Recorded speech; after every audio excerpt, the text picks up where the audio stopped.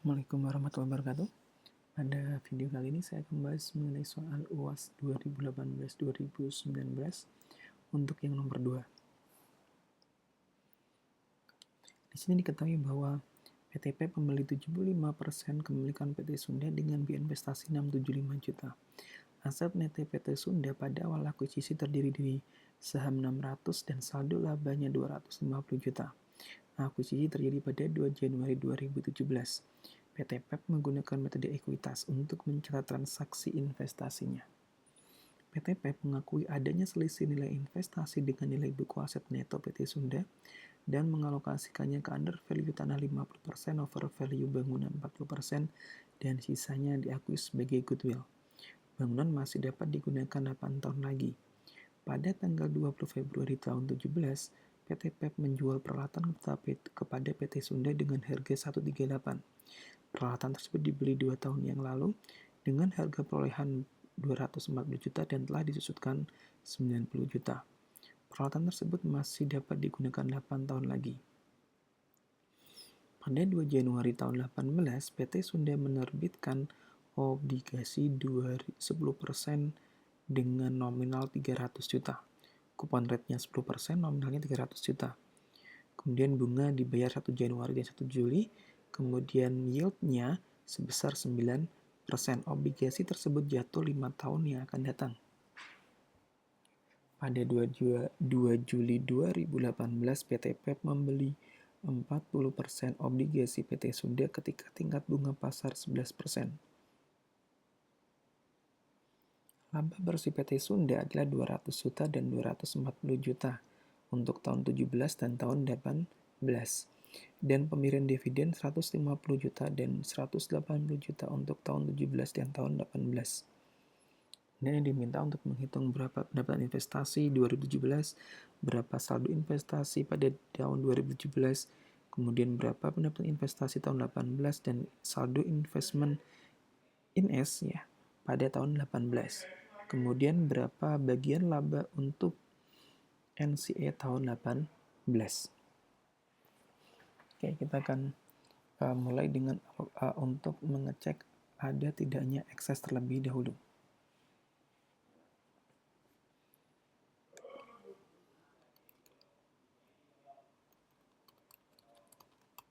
Oke, consideration transfernya adalah sebesar 675 juta.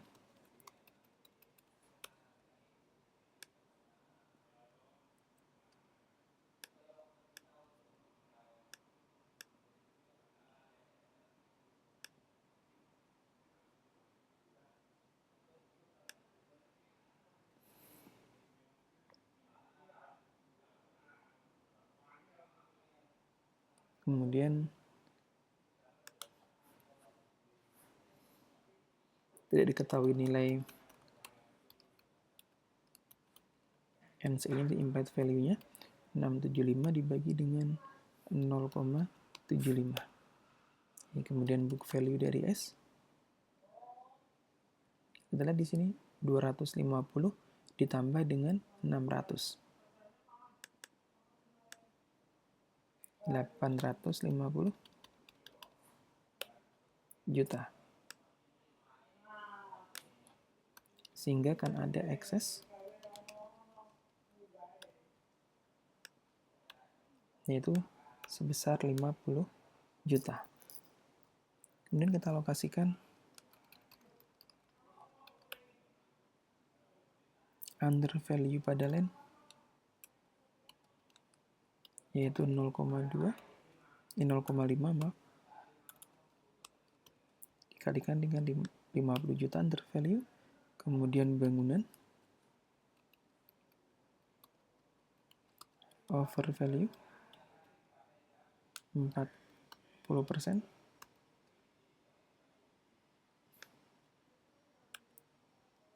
dan sisanya adalah sebagai goodwill.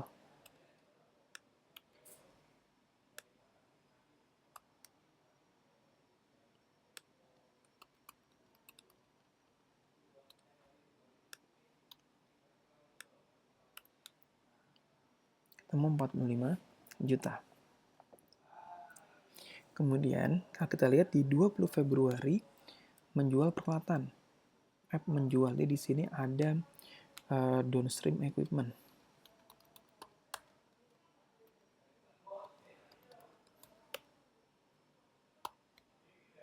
Oke, diketahui di sini pada 20 Februari 2017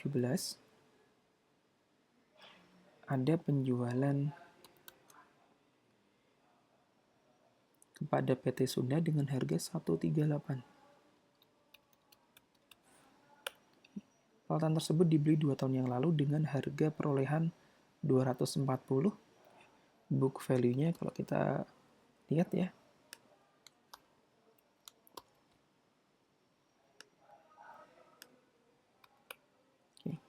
cost awalnya adalah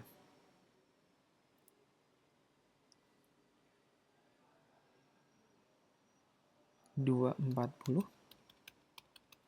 Kemudian akumulasi depresiasinya adalah 90 juta. Sehingga book value-nya adalah sebesar 150 juta. Sehingga akan ada loss. Ada loss sebesar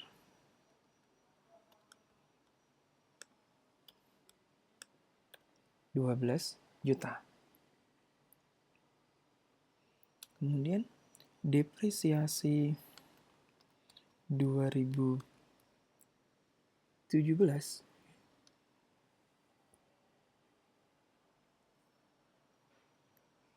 Oke, sebentar. Oke. Annual depreciation-nya dulu. Masa manfaatnya adalah 8 tahun. Masih dapat digunakan 8 tahun.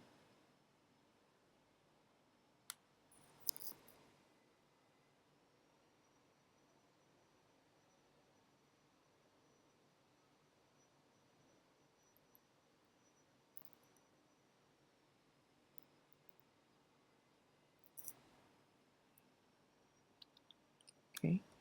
12 dibagi 15. 8 tahun ini dibagi 8 tahun. Kemudian depresiasi 2017 berarti 10/12 ya, 10 bulan ya dianggap di sini, atau kita pakai 11/12 deh. Karena dia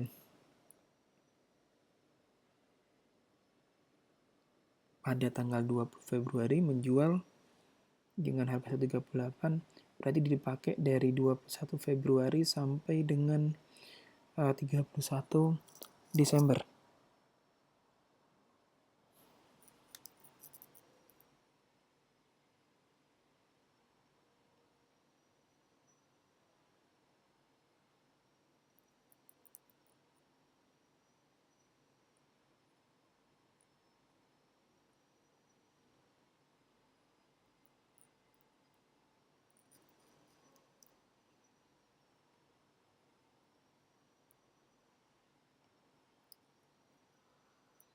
Oke, saya asumsikan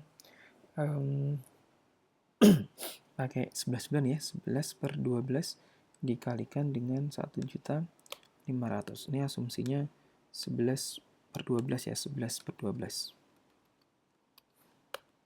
Kalau ada yang memakai 10/12 ya nanti tinggal disesuaikan saja. Sedangkan depresiasi 2018 1.500.000.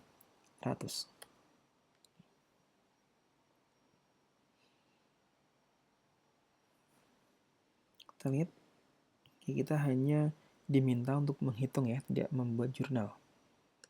Kemudian setelah peralatan ada obligasi. Sekarang obligasi. Bond payable-nya kalau kita cek di sini, PEP membeli PT Sunda berarti upstream.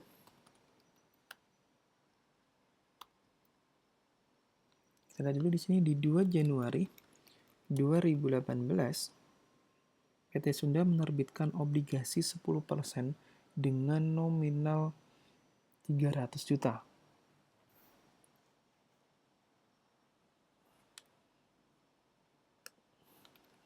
Parnya adalah 300 juta.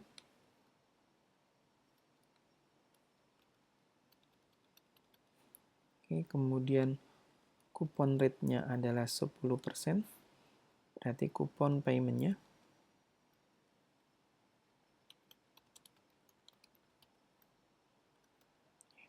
10% dikalikan dengan 300 juta, kemudian dibagi dengan 2. Kemudian yield to maturity-nya adalah 9%.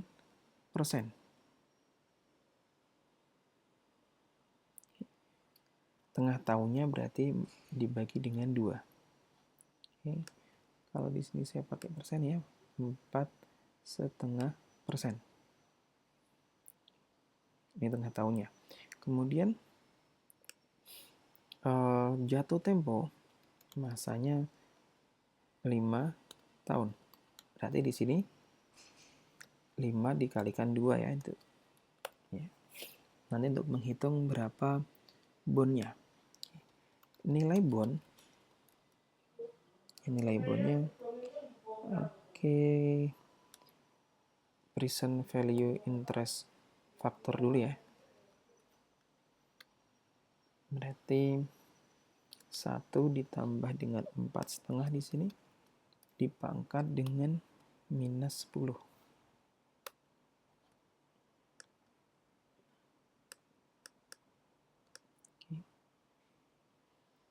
Kemudian nilai parnya 300, berarti present value dari par adalah, kemudian present value interest factor annuity. Kalau masih ingat rumusnya adalah 1 min 1 sekian-sekian ya. Saya akan 1 min 1 plus R dipangkat minus T ya, dibagi dengan R.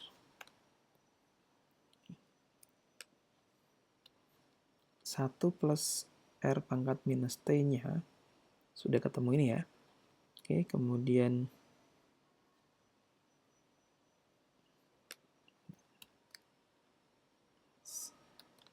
1 plus R dipangkat minus min T, ketemunya adalah ini. Kemudian 1 dikurangi dengan 1 plus R dipangkat minus T-nya, berarti 1 dikurangi ininya, saya panjangkan, di sini juga saya panjangkan. Oke, sehingga PVIFA ya, PVIFA present value interest factor annuity-nya adalah ini dibagi dengan R.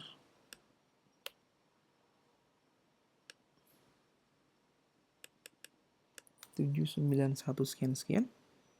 Oke, kemudian present value anuitas atas nilai kuponnya, kupon payment.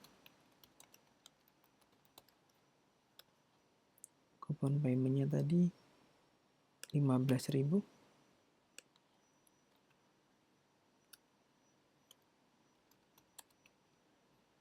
PMT ya, kupon paymentnya. Kemudian present value anuitas berarti 15 juta dikalikan dengan, saya pindahkan di sebelah sini, 15 juta dikalikan dengan PVIFA-nya.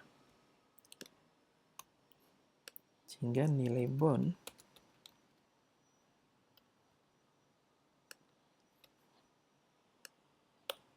ketemu 311. Inilah nilai bond pada 2 Januari 2018.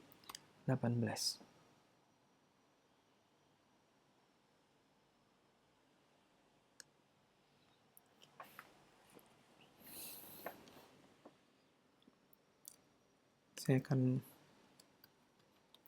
waktu, kemudian saldo awal, kemudian kupon, interest expense, kemudian amortisasi premi ya. Premi ya di sini karena nilai YTM-nya lebih kecil daripada nilai kupon rate-nya. Kemudian saldo akhir.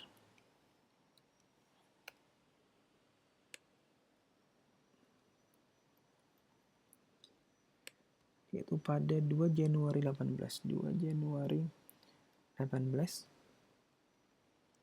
Saldo akhirnya 311. Kemudian 1 Juli 18. Kuponnya adalah 15.000. Interest expense-nya berarti dikalikan YTM-nya. Oke. Amortisasinya. Saldo akhirnya. Kemudian 31 Desember tahun 18.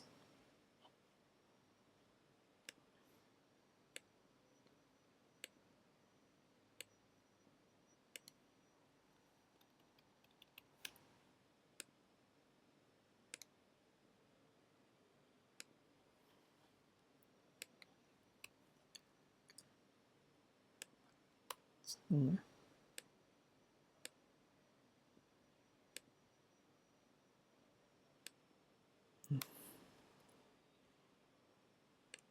Oke.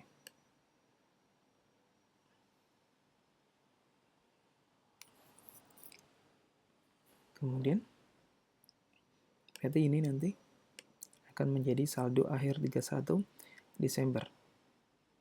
Sekarang dari sisi investment in bond.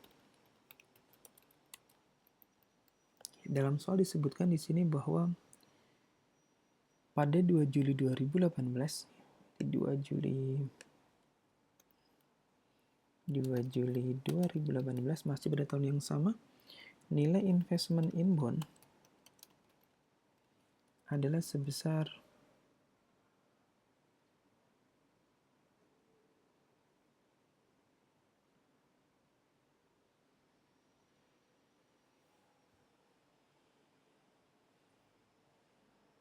membeli 40%-nya. Oke, ketika tingkat bunga pasar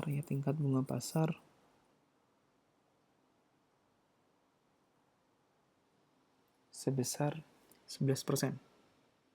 Oke, investment in bond 40% di sini, 40%. Kita lihat parnya dulu. Berarti parnya adalah 40% dikalikan dengan 300. Kemudian YTM-nya 11%. Berarti kalau tengah tahunnya bagi 2 ya. Kemudian kupon rate-nya adalah sama dengan yang di atas, 10%. Berarti kupon receive yaitu sebesar 10% dikalikan dengan 120 dibagi 2.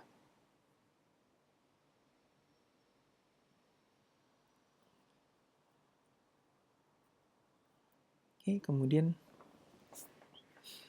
kita pakai cara yang seperti ini untuk menghitung berapa nilai investment in bond-nya.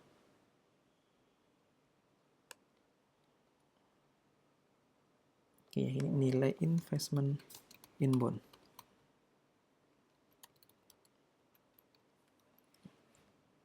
Investment, oke, di sini. Yang belum saya tulis di sini adalah T-nya ya, time-nya. Time-nya di sini dari 10 periode sudah berlalu setengah tahun, berarti masih ada 9 periode. Oke, di sini nanti present value interest faktornya di sini sama dengan 1 ditambah dengan 5,5 di pangkatnya adalah minus 9. 61 sekian ya. Nilai parnya 120. Oke, sehingga present value dari parnya 74 juta. Kemudian untuk anuitasnya di sini. Oke, di sini sudah oke, berarti di sini dibagi dengan 5,5. Kupon paymentnya adalah 6. Oke, sehingga ketemu nilai investment in bond-nya 115. Kemudian saya akan bikin schedule-nya di sini.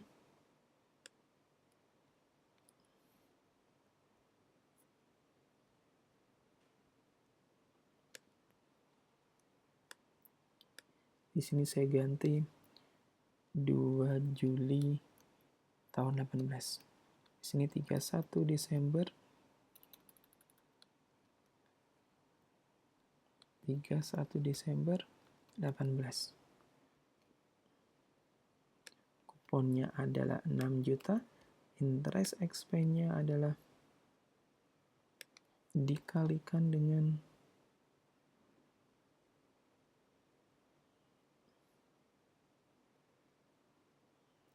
5,5.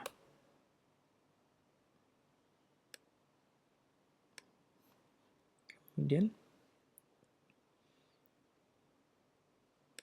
ini dikurangi. Ini interest income. Amortisasi premi. Ya, kita cek. Di sini bukan amortisasi premi ya, karena nilai 120 dan di sini YTM-nya juga lebih besar daripada kupon rate-nya, berarti di sini adalah amortisasi diskon. Di sininya saldo akhirnya saya jumlahkan.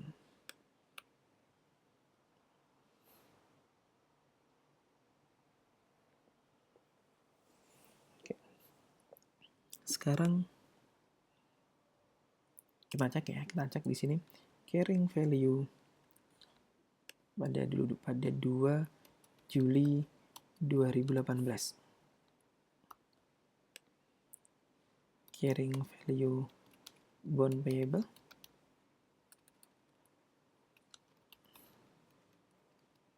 Oke, carrying value bond payable-nya kalau kita lihat di sini carrying value bond payable-nya itu sebesar ya di 2 Juli 2018 di sini ya. Oke, 310 dibeli 40%-nya.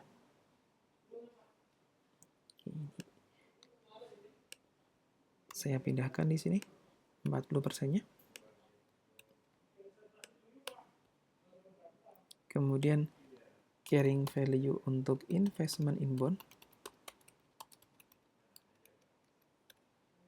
Investment in bond-nya kalau kita cek ya, di sini adalah sebesar 115. Jadi bond payable-nya 124 dilunasin 115, akan ada gain on CRB.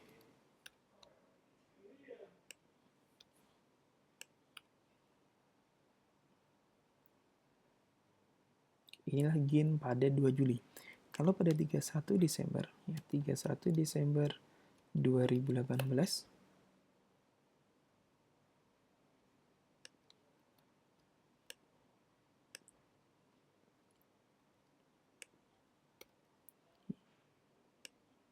carrying value bond payable-nya 309. Oke, kemudian carrying value investment in bond-nya 116. Oke, kemudian kita lihat selisih interest expense. Interest expense-nya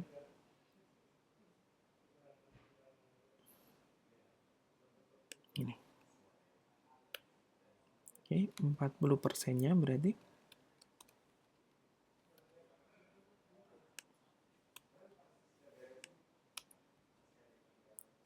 kemudian interest income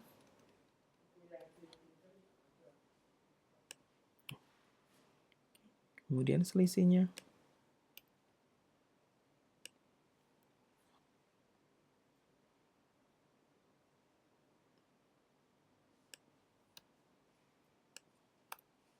empat. Kalau kita jumlahkan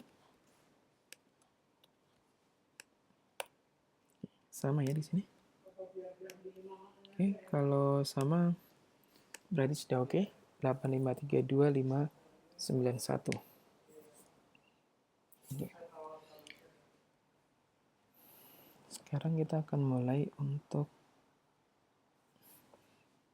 membuat atau menjawab soal-soal yang ada di sini. Yang pertama kita menghitung pendapatan investasi yang diakui PT PEP tahun 2017.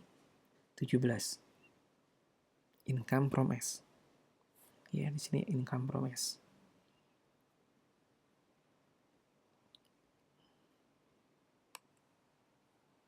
Oke, nomor 1 dulu di sini.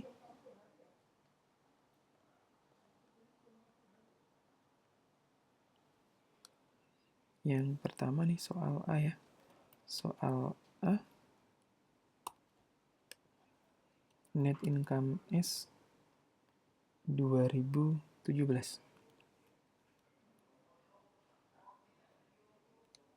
Di sini diketahui 200 juta. Oke, kemudian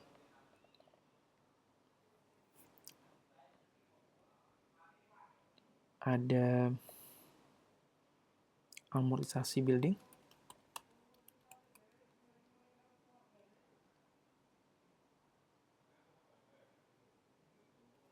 Amortisasi building yaitu sebesar, kita lihat soalnya ya, 8 tahun ya. Bangunan masih dapat digunakan 8 tahun. Amortisasinya building 20 juta dibagi dengan 8. 2.500.000. Ya, tapi di sini di add ya. Ini karena amortisasi building over.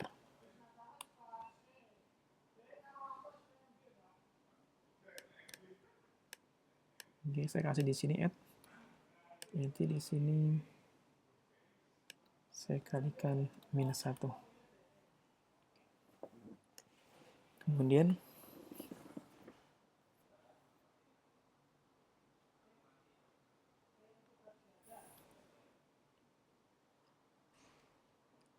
kita lihat yang upstream lagi, ya, yang upstream.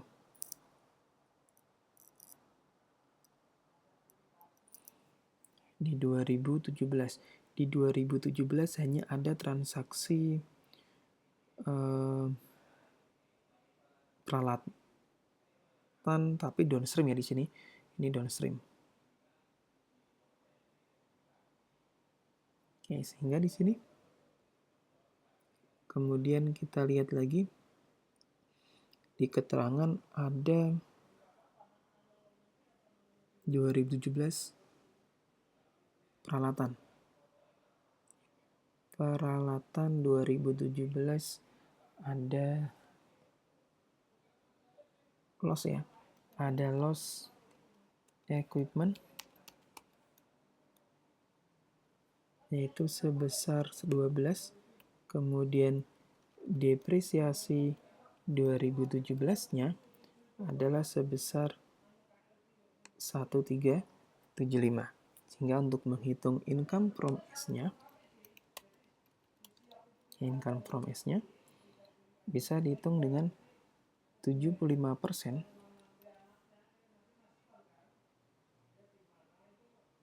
di dalam kurung ya. Dalam kurung 75% dikalikan dengan net income S dikurangi dengan amortisasi ditambah amortisasi building karena over value kurung tutup, kemudian ditambah dengan loss equipment downstream, kemudian dikurangi dengan depreciation equipment-nya.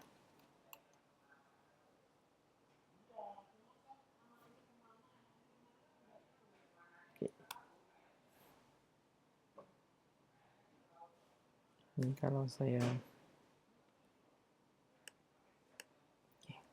ini rumusnya ya. Sehingga di sini income from S-nya adalah sama dengan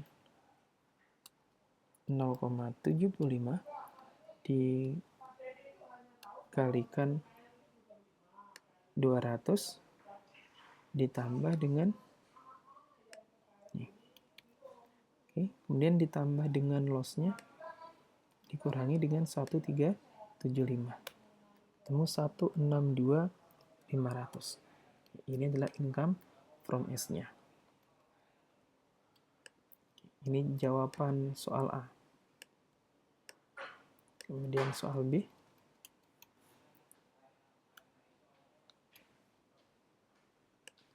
Soal B ditanya, hitunglah saldo investasi yang dicatat oleh PT PEP pada akhir 2017. Oke. Investment in S awal adalah sebesar 675. Oke, kemudian income from S tahun 2017 162.500, kemudian dikurangi dengan bagian dividen S. Oke.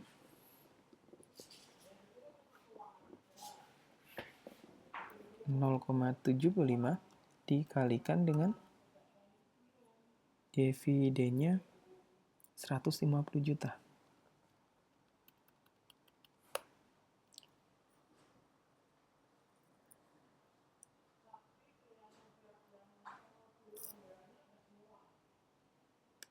Di sini saya kalikan minus 1 ya, karena dia dikurangkan. Ya, kalau kita jumlah, temu 725 juta. Kemudian soal yang C.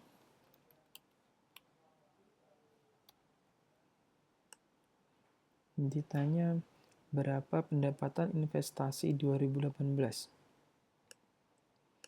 Ini tanya income from S 2018. Oke, diketahui net income S 2018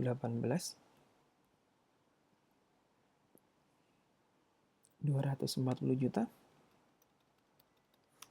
Oke, kemudian ada add over value more building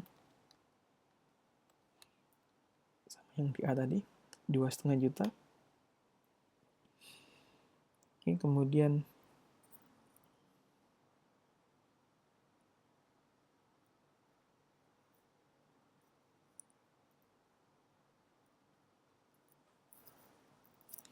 ada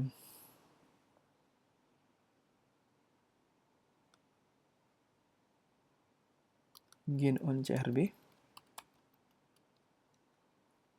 awal tahun ya. Gain on CRB awal tahun di sini 8532. Kemudian dikurangi dengan selisih interest. Oke, saya pindahin ke sini.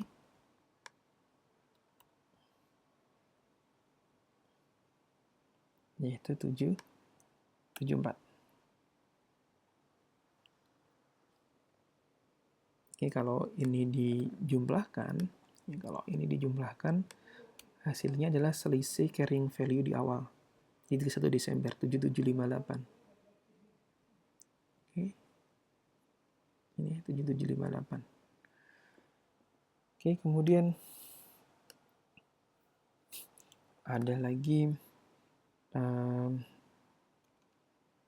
less depreciation equipment downstream nanti, yaitu sebesar 1.500.000 untuk tahun 2018. Sehingga nanti rumusnya income from S 2018 itu sama dengan 75% dalam kurung 75% dikalikan dengan net income S ditambah dengan over building, kemudian ditambah gain on CRB dikurangi dengan selisih interest kurung tutup ya. Kemudian dikurangi dengan depresiasi equipment downstream.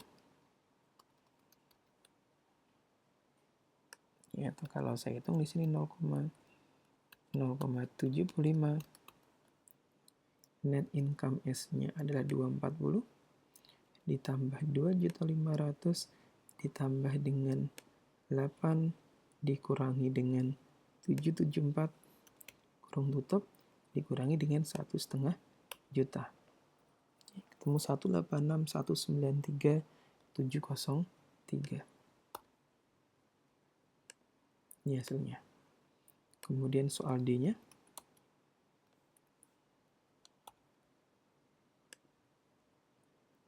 Tentukan saldo investasi yang dicatat oleh PT PEP pada akhir 2018. Invest 31 Desember 2017. Tadi sudah dihitung di sini 725. Kemudian income from S 18 186. Kemudian dividen bagian dividen S 0,75 dikalikan dengan dividennya 180 juta.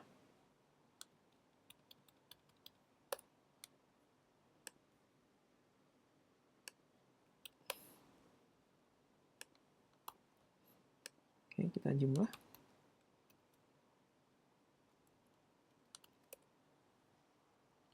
Tujuh 776.193.703.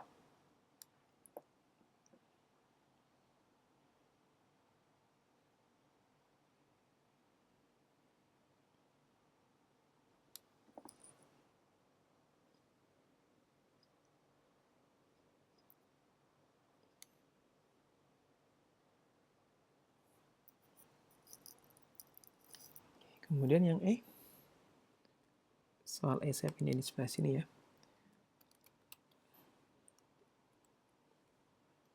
Soal E, diminta untuk menghitung bagian laba NCA expense. Berarti saya akan pakai informasi yang ada di soal C di sini. Sampai di sini. Oke, karena kita hanya fokus yang upstream dan amortisasi saja. Oke, di sini adalah 240. Kemudian over value-nya tadi 2,5. Gain CRB-nya 8532 dan 774.320. Sehingga NCXP-nya sama dengan 25%. 25% dikalikan dengan net income S ditambah amortisasi over building ditambah dengan gain on CRB awal tahun dikurangi dengan selisih interest.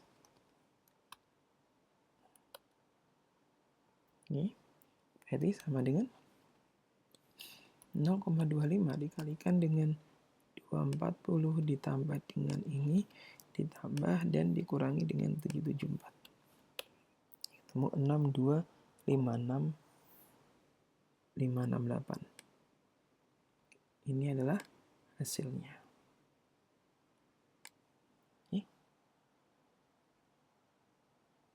Oke, silakan nanti dipelajari lebih lanjut.